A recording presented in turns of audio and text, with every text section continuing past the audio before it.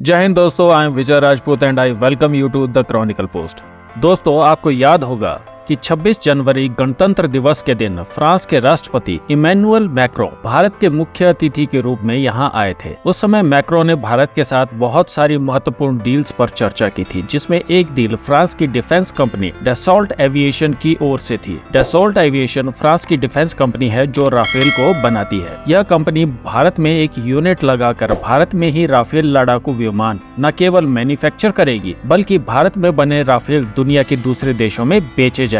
क्या है यह पूरी डील? क्यों फ्रांस भारत में राफेल लड़ाकू विमान बनाना चाहता है और कुछ शर्तें जो फ्रांस ने भारत के सामने इस डील को लेकर रखी हैं, सब जानेंगे इस वीडियो में। तो इस वीडियो के साथ बने रहिए। दोस्तों, आपको याद होगा कि भारत ने 2016 में फ्रांस से 36 एडवांस राफेल जेट एक्वायर किए थे। इन राफेल जेट का एक्वाजिशन एक बहुत बड़ा इवेंट बन गया था, जिस पर पूरी दुनिया की नजरें गड़ी हुई थी, जिससे फ्रांस की कंपनी डसॉल्ट एविएशन के इस राफेल फाइटर जेट को दुनिया भर में भारी प्रसिद्धि मिली और इसके बाद दुनिया के अनेक देशों ने राफेल खरीदने के लिए फ्रांस को ऑर्डर दिए। राफेल खरीदने वाले इन देशों में शामिल हैं भारत, इंडोनेशिया, ग्रीस, इजिप्ट और यूएई। इन देशों से डसॉल्ट एविएशन को करीब 200 से अधिक राफेल जेट्स का ऑर्डर मिला है और जो डील डसॉल्ट एविएशन ने इन देशों के साथ की है, उसके मुताबिक 2033 तक सभी राफेल जेट्स को इन देशों को डिलीवर करना होगा। पर इस समय इन ऑर्डर्स को पूरा करने में डसॉल्ट एविएशन के सामने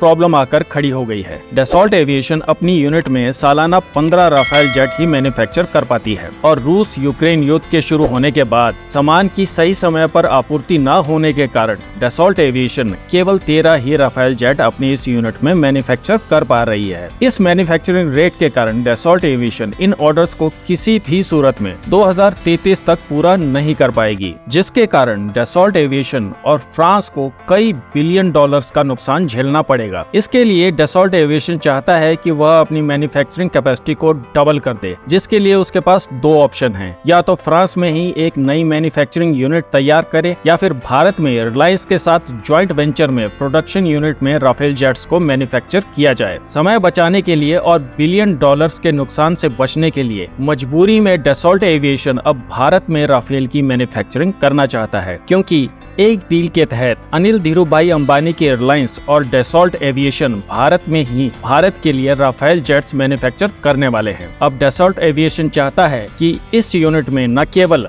भारत के लिए जेट्स बनाए जाएं, बल्कि भारत में बने हुए राफेल को पूरी दुनिया में एक्सपोर्ट किया जाए, ताकि डसॉल्ट एविएशन अपने इन ऑर्डर्स को टाइम से पूरा कर सके और दुनिया के बाकी देशों से नए ऑर्डर ले सके, क्योंकि डसॉल्ट एविएशन राफेल के नए ऑर्डर्स तभी ले सकता है जब वो पुराने ऑर्डर्स को पूरा कर दे। फ्रांस भारत की इस डील पर कंफर्मेशन देते हुए भारत के ट्रांसपोर्ट मिनिस्टर श्री नितिन गडकरी जी का बयान आया है, जिसमें उन्होंने कहा है कि डसॉल्ट एविएशन का यह प्लांट रिलायंस के ज्वाइंट वेंचर में महाराष्ट्र के नागपुर में खुलेगा, पर इसके लिए फ्रांस ने भारत के सामने एक शर्त रखी है। भारत और फ्रांस के बीच MMRCA 2.0 और भारत के दूसरे एयरक्राफ्ट कैरियर INS विक्रांत के लिए नेवल राफेल पर नेगोशिएशन चल रही है और फ्रांस चाहता है कि इस डील के अंदर फ्रांस को भारत से राफेल का नया ऑर्डर मिल जाए, तभी जाकर डसॉल्ट एविएशन एक्सपोर्ट के लिए राफेल को भारत में बनाएगी। और अगर भारत से नए ऑर्डर नहीं मिलते तो भारत की डसॉल्ट यूनिट में राफेल के केवल स्पेयर पार्ट्स और कंपोनेंट्स ही बनाए जाएंगे। और अगर भारत नया ऑर्डर दे देता है तो भारत में बने फुल फिनिश्ड राफेल जेट्स दुनिया में एक्सपोर्ट किए जाएंगे। दोस्तों, आप क्या सोचते हैं फ्रांस की शर्त के बारे में? क्या भारत को